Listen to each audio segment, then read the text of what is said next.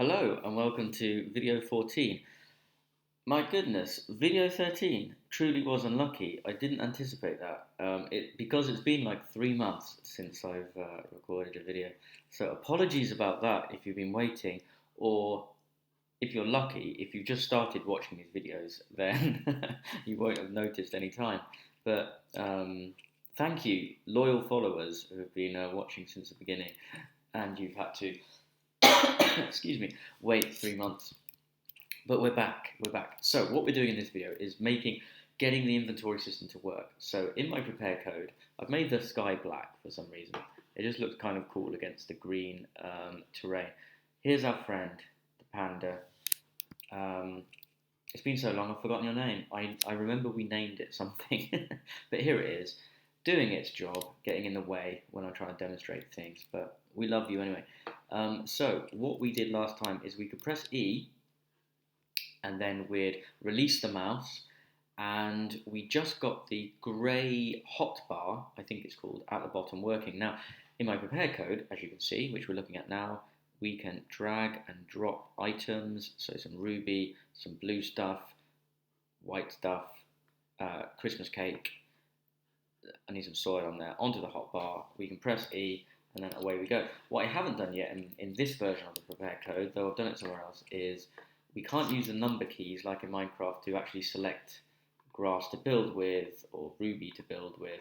At the moment, by default, we just get grass blocks, and randomly we'll get a stone block like that. There we go. Nicely timed stone block, thanks. Okay, let's get going. So the first thing we need to do in the inventory system, here we are, is let's bring him up a little bit. Oh, I had brought him up a little bit. Sorry, let's just run the code to see what we've got. Sorry, I'm smiling because I wasn't going to say this, but I recorded this video, but then the recording corrupted, so I've got to do it all over again, but I'm hoping to do it quicker this time. But anyway, yes, our hotbar is right down at the bottom, so we want to lift it up a little bit. So what we can do is the hotbar's Y position, using UI 2D space, which I'm still afraid of. Minus is going down, so I want to go slightly less than that, 45, and then run again. Oh, by the way, I've just changed the amount of chunks that I'm generating from 64 to just 4. Just while we're debugging, it should load almost instantaneously. Let's have a look. A few seconds. There we go. So we've lifted them up slightly. So the next step, yeah, you wiggle off, panda. This is way too complicated for you. We want to create what I'm going to call hotspots. So these are like little places, little grids, where we can drag and drop our items, our minerals and things like that. And they're called hotspots because they kind of like anchor the items when we drop them. So firstly, in fact, what I've done, I need to just show you in the folder. So if I go to Reveal and Finder, here we are in our project folder where we keep all of our modules together so that our code can find them. We've got an assets folder because we're very professional, and inside there we just throw in textures, images, our texture atlas, models, and sounds. But if we open up our texture atlas, you can see I've added something new for you. I've added this texture, which is just a white version of soil, probably, or something like that. Now, can you think why that is useful, having white? Correct. It's because in the code we can shine any color we want through it, and then we get many more bucks or bangs for our buck, or bucks for the bang. I don't know which way around we should go. Anyway, we can just shine red through that, and we'll get ruby, or whatever else we want to call it, green, we could have emerald, and so on and so forth. So just for a little bit of work, we get lots of lots of different colored minerals. Okay, so I've changed that, so you might need to download the new version of Texture Atlas or make that white texture yourself. But it must be in exactly the same position as this if you're going to use the same dictionary keys as I'm using, or UV coordinates. You'll see that a bit later on, if all things go well. Okay. So what, oh right, so what we need now is some hotspots, I guess. So we'll create a class, call it hotspot, and it's going to inherit from the entity class, the built-in Ursina entity class. Then we're going to need a initializing function, dunder init. There we go. We need this keyword, or traditionally, conventionally, you'll see self, which is just a reference to each instance that we make using the hotspot class. I always call it this. Then we want to use the super keyword to replace, as it were, or append, add to the initializer of our inherited class. So the entity, everything that happens in the entities initializer will happen, but we're going to override anything that happens there with what we put in here. So we're going to set the model, it's a class, this.model, to quad, which is our 2D entity model, just like a flat piece of paper. And then, what I will probably forget, the parent, to make our hotspot an entity not in the 3D world, but in the 2D UI, user interface world, we just need to set the parent to the cameras.ui. Good. Then I guess we need its scale. UI, like quads, we refer to these entities with scale instead of size. So we've got scale X and scale Y. So we need to really link this to, or make everything relative to our hotbar. So if we make the hotbar really big, we want those grids, those hotspots to be big as well. If a hotbar is tiny, the hotspots want to be tiny as well. So the scale that really matters is the Y scale. So because that's the height of our hotbar, because the hotspots are square, they can only go as high as or slightly less than the height of our hotbar's scale Y. So in fact, I'm going to copy that. And what I'm going to do is do something slightly clever. And before the initializer, I'm going to set a scalar up here. So this variable belongs to the hotspot class. So I can't use it outside of here, which means if I want to call something else a scalar, use a different variable, they won't collide, because using this scalar, I'd always have to write hotspot.scalar, which you'll see when I start to use it.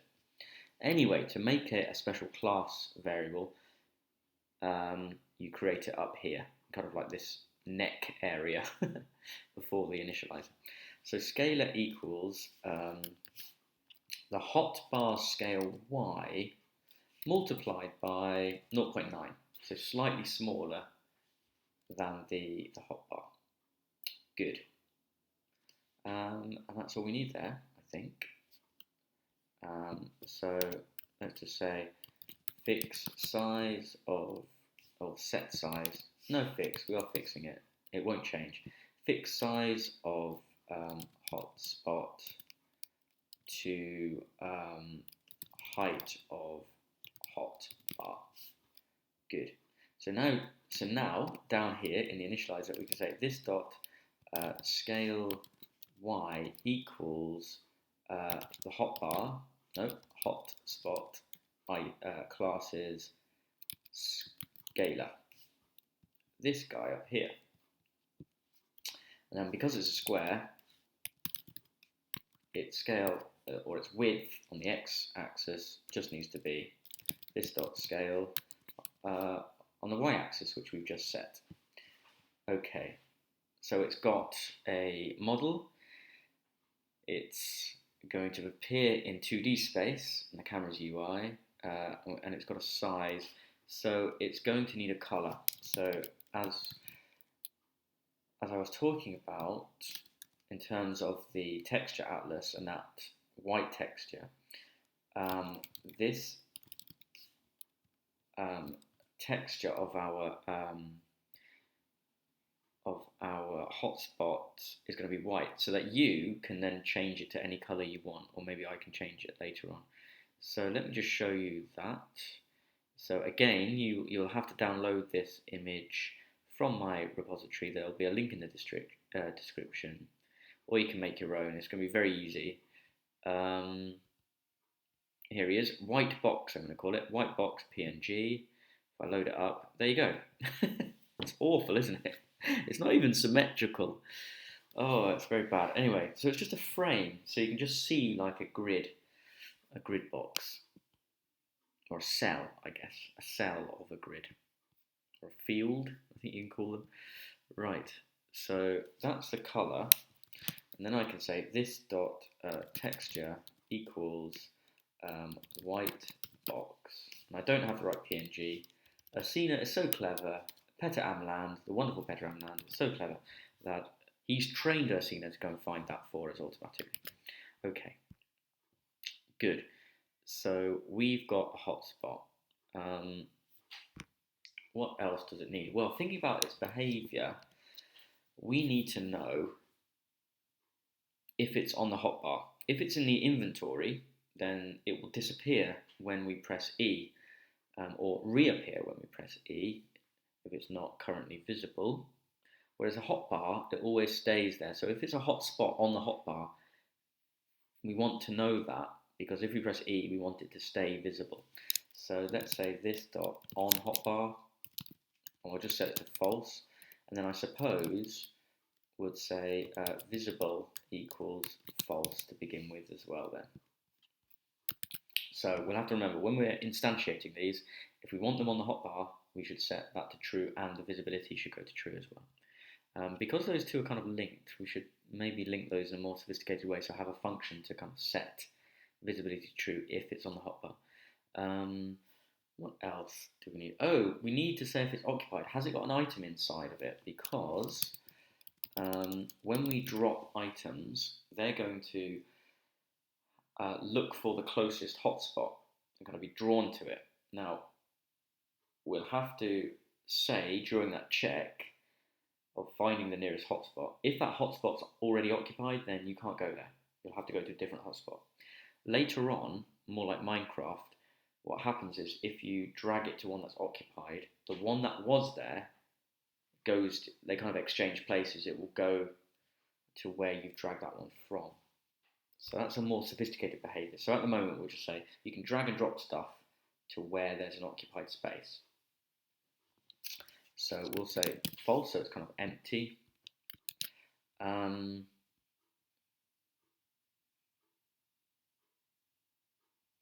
I guess if it's occupied, it would have like a block type there.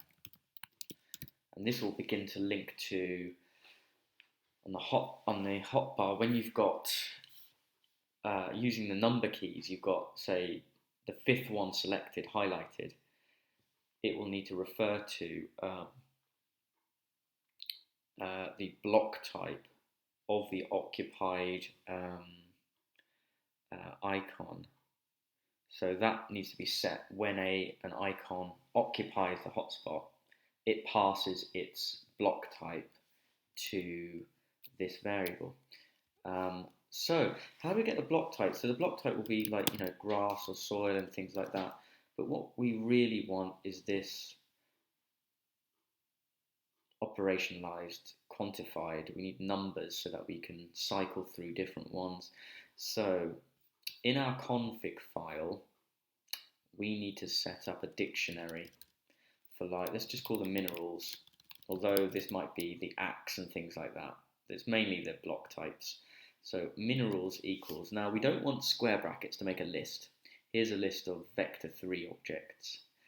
We want a dictionary, so the curly bracket. And then in between here, we're going to have our dictionary keys, so like grass, and then we don't want a list of things, but we do want a tuple. So in that tuple, we want to list, where is grass on the texture atlas? Where is our texture atlas? There we go. So what I'm thinking about here is we need to texture the droppable, the drag and droppable icons. So we need to know what texture position these are, the UV coordinates. So we need to store that there. And if we're going to shine a color through it, we could store the color on this dictionary so we can refer to everything. And then we can start to use this in our mesh terrain class and system for other things. We can also store in here the audio file. So when we're walking on different terrains, we can automatically use the dictionary to play the right sound. Anyway, so that would be something like 9.6, and then the next one will be like soil, and then that will be at the other one. So I might have to go into the mesh terrain to find what these coordinates are, although I've already done this actually. So let's go to prepared config. There we go. So we've got our minerals, grass 8.7, soil is at that position. But notice, now that I've got concrete, I think I've called that white, that new texture on the texture atlas, that's at 9.6. Ruby's also at 9.6, but I've put inside the tuple a third object, a vector4 object, which just stores the color, so red, green, and blue. So using normalized values here, so from 0 to 1, 1 being maximum red, so 0.5 would be like a darker red, no green, no blue, and 1, that's the alpha channel, so how much opacity. So 1 is fully opaque, 0.5 would be transparent, so on. So it's just an object, although it's got like loads, it's a data structure inside of another data structure.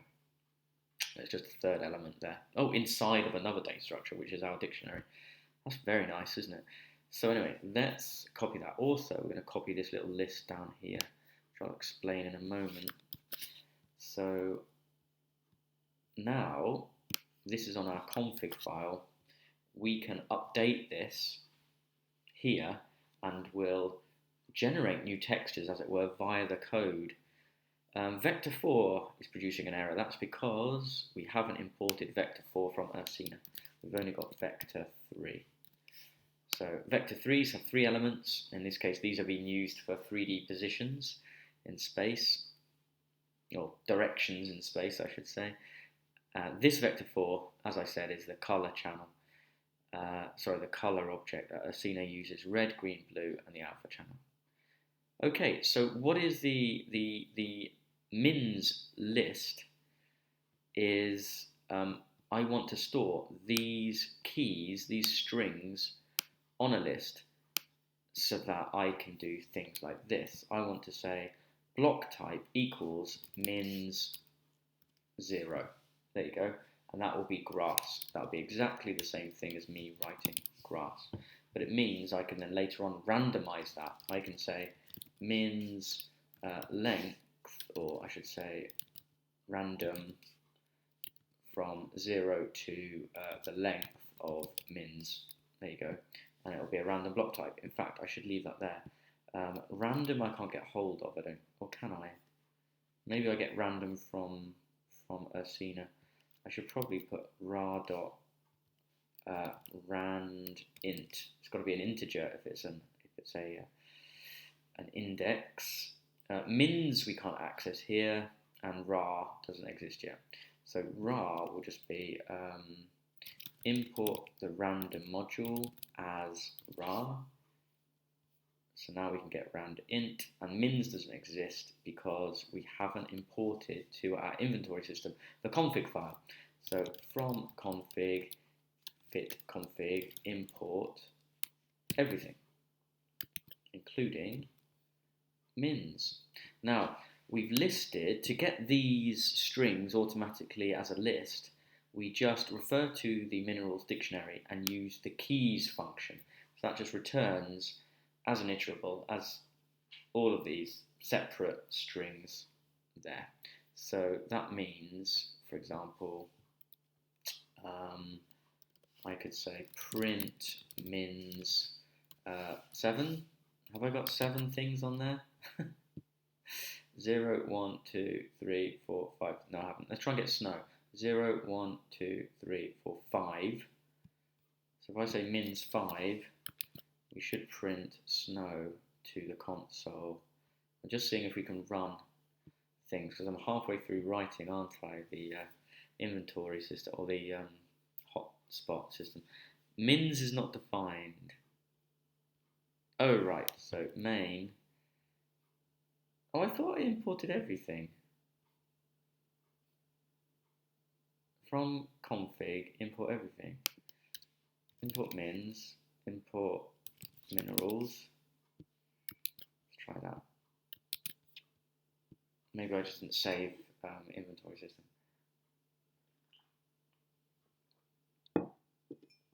Can I import mins from config? Maybe I haven't saved config. There we go. Definitely saved it now. Snow. I got Jon Snow down there. He knows nothing. Okay. Exit. Have a look down there at the console. Snow. So there we go. We just printed minerals 5, and that got 0, 1, 2, 3, 4, 5. The 5th key, which is listed on our mins list for convenience. Right, that would be very handy for doing things like that. Just pick a random block type. Good. Okay. Well, that's our hotspot actually. It shouldn't have a block type straight away, so that really shouldn't be there. Fair enough, but it actually I'll just leave it. Okay, that's fine. That really needs to be applied to the items themselves. Okay, so we've kind of got everything we need for a hotspot, I think. So let's try and make some. So for I in, we need a list of them. First, we'll call those hotspots. Equals square brackets to make a list of them. And now I can say for I in range, and let's make 9. In my prepare code, I made 10 across. I think in Minecraft you have 9 across the hotbar. Anyway, 9 feels like a nicer number.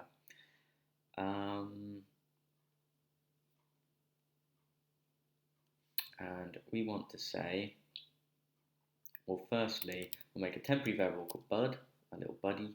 Bud equals a new hotspot.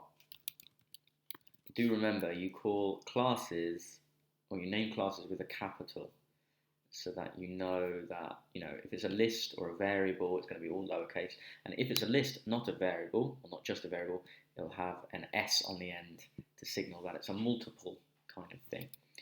Okay, so we've got a hotspot. So that will initialize this guy. So it's going to be a quad there. It's going to have no position, so it could be, well, it will have 0, 0 as a default position, but we want to move it down to the hotbar. Oh, and when we finish this, I always forget this, so we want to say hotspots append or push onto that list this temporary, or this hotspot, which we're storing in the temporary variable, which will pop out of there when we write bud. Good. Okay, so before that, we make the temporary variable, so we can do this. We can say your Y position is going to be easier, isn't it? If we can just say you're on the hotbars, or it's going to be exactly the same as hotbar Y. It's going to be exactly aligned.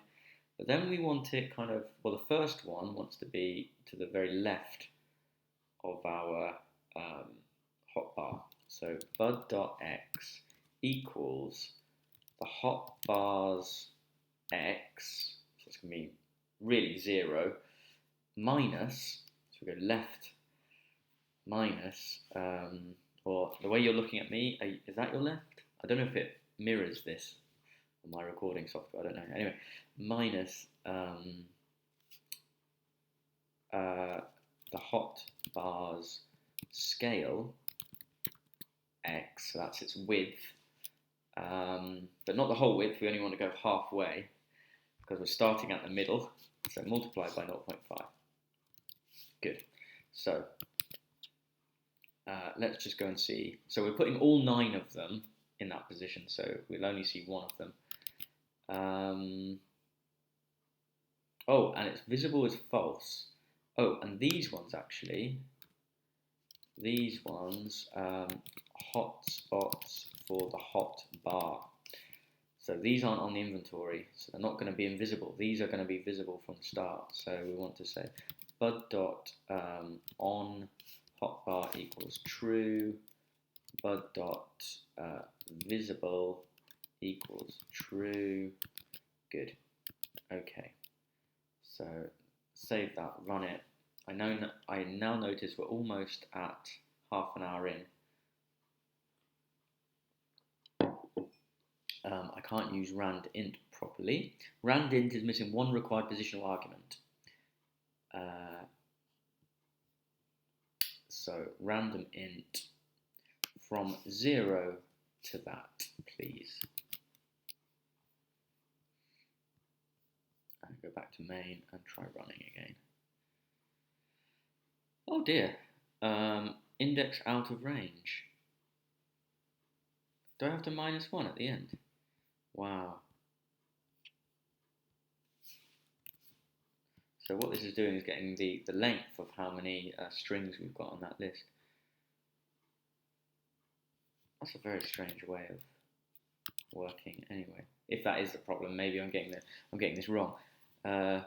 Less right? Maybe you can tell me what I'm doing wrong. Or apparently I'm doing something right. Okay, good. So we've got it to the very end of our hotbar, but its central position of our hotspot is at that very extreme edge. So we just want to adjust it first of all by half the width of our hotspot. So, but good, that means we're negotiating navigating the 2D UI coordinate system fairly okay so far.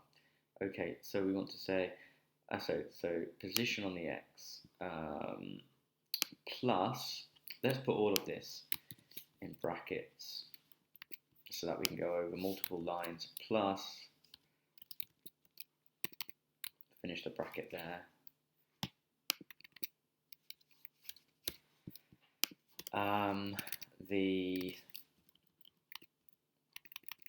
Just getting everything lined up. Okay, oh no, it's just buddy, isn't it?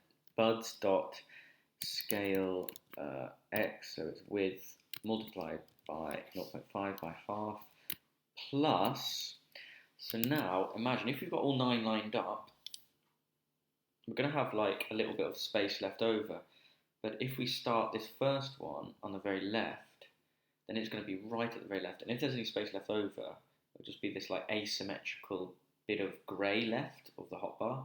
So what we want to do is kind of find out, well, what's the difference between the area taken up by the hotspots lined up and the hotbar. Find that difference, divide it by 2, and add that padding value to the beginning, and then because we've divided by 2, that'll be automatically the amount left at the end.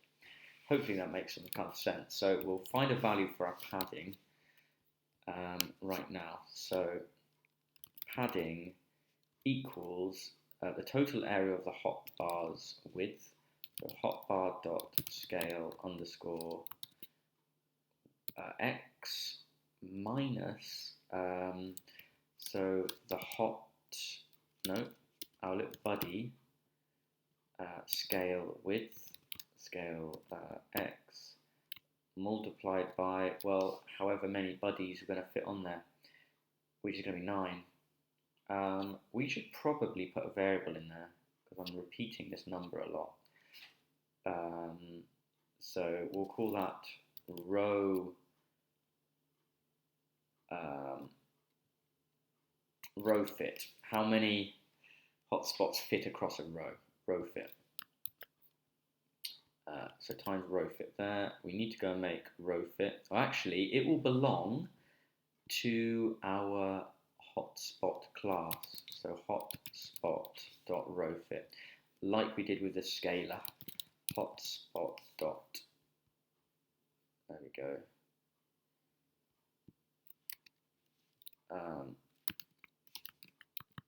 How many hotspots fit across hotspots to fit across hotbar. Now, the hotbar's height kind of fixes how big those hotspots are going to be. So it can't be any number. So if we go too high, they will escape that area, which is okay. What's it called? Row fit. But I just want 9 right now. But if we need to change that, or you want to change it, now you only have to change this one number and everything else will sort itself out if we do things properly. So there we go. So we've got how many row fit there. And so what we're just doing is finding out the padding. So what's the difference between the total width of the hotbar plus however many we're fitting across? And then we want to divide that by 2. Or multiply it by 0.5. There we go, so that's our padding. So we can add the padding to the beginning of that, and then because we're in this iteration, we can use I times the width of each hotspot, so bud.scale x. And so because I keeps getting bigger, each one that we're creating here will be spaced out by its total width. So they'll all be kind of like exactly next to each other. So if we wanted a bit of spacing, we could add on a small amount here. Let's go and see if that's worked though. We should have a row of hotspots now across our hotbar. Well, it's not even called a hotbar. That'd be so embarrassing. And we've just gone over half an hour. And it's worked. There we go. What I don't like is the fact that we've got a lot of overhang on our hotbar. So let's just fiddle with its size. So right at the beginning of the inventory module, system module, we've got hotbar scale X is 0.8. Now, 1 would be the total width of like a square on the screen, our 2D area, our UI area. So we want to be smaller than that. So maybe 65, something like that. Let's have a look. Oh, did I save it? Now the hotspots themselves are going to be exactly the same because we're not changing the height of our hotbar. Okay, they don't have much padding, so I might make it slightly bigger. 68. There we go. Oh, and we've got an 8 up there, so that aligns nicely. Okay, we'll leave that as it is. What we really need to do, and I don't want this to go beyond 45 minutes really, and we're going quite well. So what we really need now is our items, and we've kind of set up this little system to pick a random block type, so it'd be nice to use this in the initializer of our items class. So a list of items. Let's create that class here. So before we try and instantiate them, so class item. Now we don't want to inherit from entity. We want to inherit from something else that inherits from entity, which is Petramlan's draggable object. So it's a type. It's inherited, as I say, from entity, but it means it's already got coded into it the behaviors for dragging and dropping. So it'll detect if the mouse is over it, it'll detect if we're holding down our mouse and dragging it and dropping it, which is fantastic. So it cuts out a lot of the coding that we have to do. And then we want to define our dunder init for this class, the this keyword or self if you're more conventional. And then again, we want to replace the initializer with our own ideas. So we're going to use the super keyword inside of the initializer. Okay, so basically that goes and fishes for all the things that we haven't included that do belong to the draggable object and the entity object, and places them in here invisibly behind the scenes. Good. So its model wants to be a quad. Oh, forgot it's a class. This model equals a quad. This dot color wants to be white. And that's because they're going to inherit the textures on our texture atlas, including our new friend, the white, like concrete. But so that if we detect that, if our block type is Ruby, then we'll have 1, 2, 3. We'll have more than 2 elements on the list, which means we could detect that fact. We could detect that we've got more than 2 items here, so more than the coordinates of the texture, and say, oh, we've got to apply a color. So we can then go and replace the white with a color. So, so yeah, later on down here, at the end of our initializer, we want to go and say, we'll go and run this set texture. So that'll go and sort out the texture atlas UVs and stuff. And we also want this set color, spelled the British way to honour the Queen, whose Jubilee is coming up. Okay, so those don't exist yet, so we need to create them in the body of our class. Def set texture. This, we need the keyword in there because it's a member function or method, and then def set color this, and I'm just using the pass keyword because I've got this code prepared, so I'm just going to copy and paste it, but just so that we don't crash anything, it's there. Right. Oh yeah, do we need visible and on hotbar? Yeah, we do. So we can copy and paste those from our hotspots. No, we don't need oh yeah, we haven't copied occupied. We just need, are you on the hotbar? No. So your visibility should be false. But you do need a texture. So this dot texture equals, we need the texture atlas. What was that called? Let's go to my prepare code. And we need the texture scale. I forgot about that. Let's just copy all that. Oh, block type. Yeah. So there we go. So the texture scale, I forgot. We need to set that because our texture atlas is massive. We don't want to have the same scale. We want to reduce it by 64 divided by the total width, which is explained in an early video when we're first doing that for the terrain. Okay, but that's our main texture atlas. There we go. Good. So it just pinpoints whichever one. Oh, so then we need the block type. And I'm going to set that to random. I'm going to use this. This is nice. And then we'll get a load of random block types, hopefully. And then, based on the block type, we can set the texture. So let's go and copy those across. So set up texture. So use the dictionary to access the UV coordinates. So we've got minerals already set up. So UU is the X direction. So it gets hold of the block type. So it gets hold of, what I mean is it uses the block type, which is a string, which is a key in our minerals dictionary. So the 0th, or the first element is the X or the UU coordinate for which texture we're looking at. And the second element, or the number 1 index, is the UV. So that's the vertical coordinate.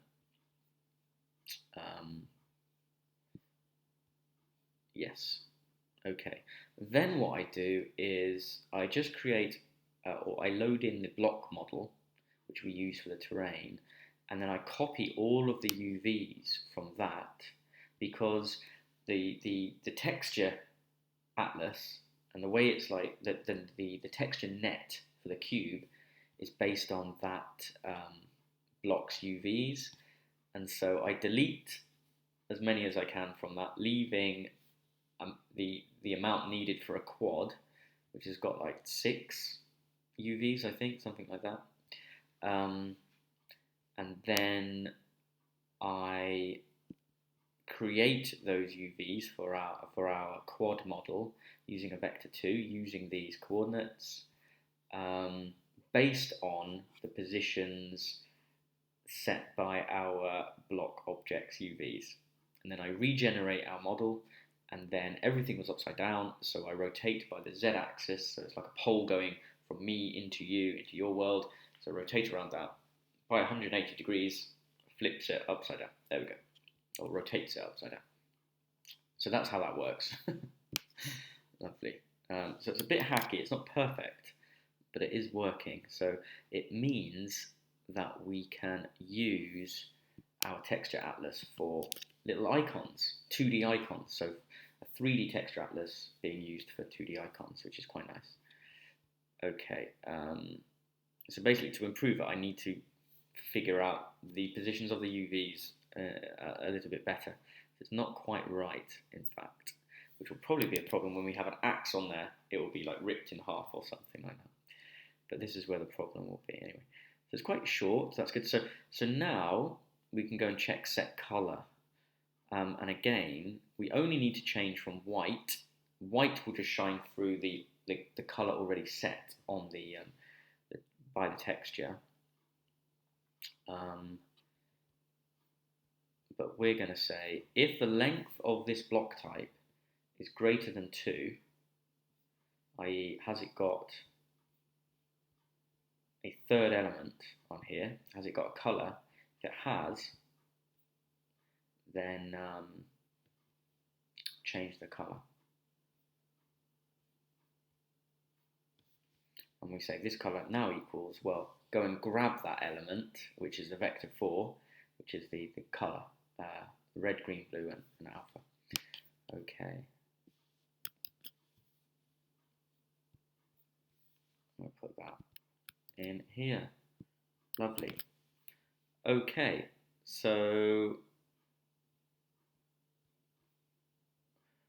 we've not got a size yet, have we? So after the model, we'll say this dot scale x equals this dot, no, we want the hotspot scalar, and we want to be a bit smaller than a hotspot, so multiply it by 0.9. Done. Although we need the y as well, don't we? Scale y equals this dot scale x, because they're just squares. Brilliant. So it's got a model, it's got a color, we reset the color if we need to, it'll get a random texture hopefully, that will all be set up. We've got visibility and hotspot there. We also need another function. We need to, when we drop it, we need it to go and fix to a location, which we'll probably do in the next video, but we'll get set up for that. So we'll say def drop. So this is the built-in function of the draggable item. Because we've inherited from that class, whenever we drop the item, so drag it and drop it with the mouse, this function will be triggered automatically. And what we want to go and say is, well, go and run a function called fix position, which we'll have to write because it doesn't exist yet. And inside there, we will fix the position of this of our icon, our item. It will go and find the nearest unoccupied hotspot and move there exactly. So it will just inherit, it will just grab the location of that hotspot, the central location, which we don't have time for this video. I'm going to keep this under now. Okay, good. So let's see if we can now, we've got our items list, let's make some items. For I in range, let's make 99, let's be brave. It's not a crazy number, but it's a lot more than we need. Again, we want to bud equal, we want to use a temporary variable, buddy equals a new item. It wants to be on the hotbar, so it's visible. So let's switch on the visibility. And its position wants to be random. So bud dot x equals ra dot random. So that'll be a number between 0 and 1. And so because we're doing this 2D UI coordinate space, 1 will be off the screen actually. 0.5 is as far across as you can get. So we'll say minus 0.5. Yeah. So maximum positive 0.5, and the negative now will be, or the minimum will be negative 0.5. And we can do the same for y. So it's visible, it's got a position. In the initializer, it'll have an automatic texture, and we should be able to drag them. Is that it? Oh no, we haven't added. We haven't actually. Because bud is just inside this iteration block, this loop. It'll be deleted as soon as we've finished. So we need to append it to our what's it called? Items list. So we push that, we push bud, just like we did for our hotspots, we append it. I've accidentally done something there. Auto-completed. Good. Right. Will this work? Place your vote now. Oh, it's running. Oh my god, first time. Right, I'll stop generating some terrain. I can run around, run away from the panda. So really, these aren't on the hotbar, so they shouldn't be, and they won't be visible. Have we got a full range? We have. We've got Ruby, which is the last one that I made. Oh, to finish, we should just make a new one. We should code, because we can code it. We can just shine a different color through, which we can do in the config file, which is very powerful. So if I press E, in the previous video, Unlucky 13, we've unlocked the mouse, and now because these are draggable, look, when I go over, only when I go over the ones where they've changed colour do you see them actually change colour. Don't know if we can improve that. Anyway, I can drag and drop. Oh, I've got some of them flickering weirdly, but I can place them. Yeah, I can look. I can kind of like arrange them over our hotbar. Oh, that's great. Okay, and then we can, off we go again. So next video, when we press E, we want, if they're not on the hotbar, disappear. If we press E and the inventory's appeared, we just want everything to reappear, so made visible. We also want the key behavior of our items, which is, when we drop them, we want to fix their position to the next available hotspot. In the future, I don't remember if I said this, but if we detect we're dropping one that's already a hotspot that's already occupied, we want to swap what was in this hotspot with what we're dragging there, what we're dropping there. Okay. Oh yes. So to finish off, can we just try this? So we've got Ruby down there. So let's just try emerald.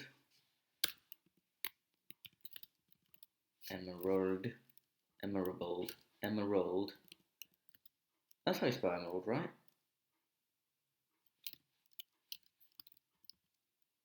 Oh, it's not spelling check, it's just going wrong because I haven't got a comma there. Okay, emerald. So it wants to be 9.6, it's the same position as the white thingy, the white texture, and then a vector 4. Put the brackets in already, so I get confused. So no red, loads of green. I'll make it slightly darker, so like 0.8, and then no blue, or maybe a little bit blue, 0.1, and then fully opaque. Or should I try half, like a little bit of transparency on, just to be weird? Okay. Right. And so now we should get that automatically involved. Let's go to main. No, inventory system. We won't make 99 of those. Let's just make 9. Good. And then run it.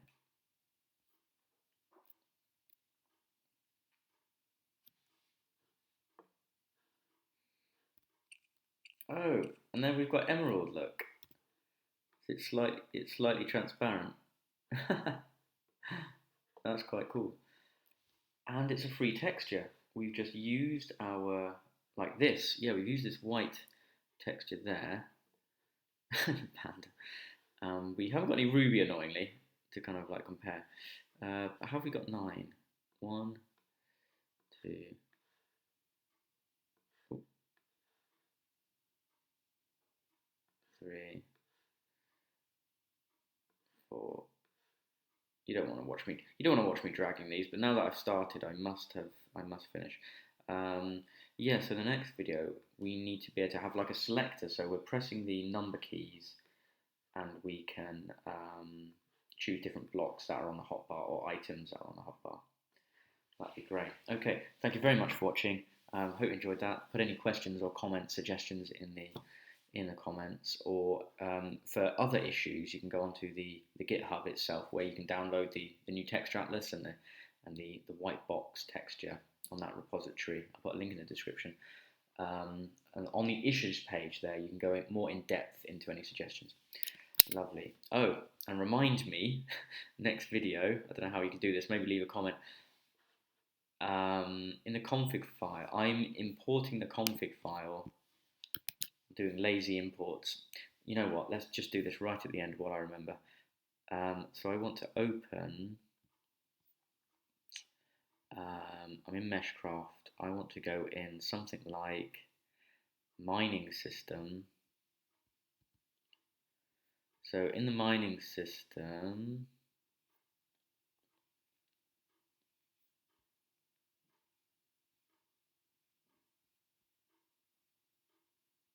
I'm not actually mining in here.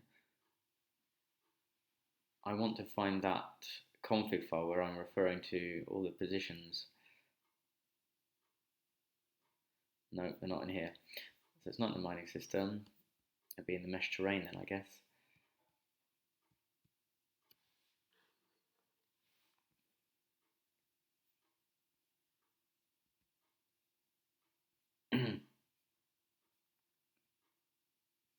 I'm looking for an import. Yeah, there we go. So when we're generating the walls, we are from config importing this cube directory. Now every time we do that, left, right, explain to me, this lazy importing is importing it again and again and again. We only want to do that at the very beginning once. So let's cut that and place it at the top where it belongs. Lovely. And look for that elsewhere, just in case we've done it again. It might be in the building system. Highlight looked at block, don't need to pass the camera anymore. Oh, I've got something to refactor there. I think we're clear. Oh look, we won't need these anymore because we've got them listed in our config file. So I need to do that next video as well. Good. So mesh terrain is fine. Let's just open building system. Building system. Bump system maybe? No.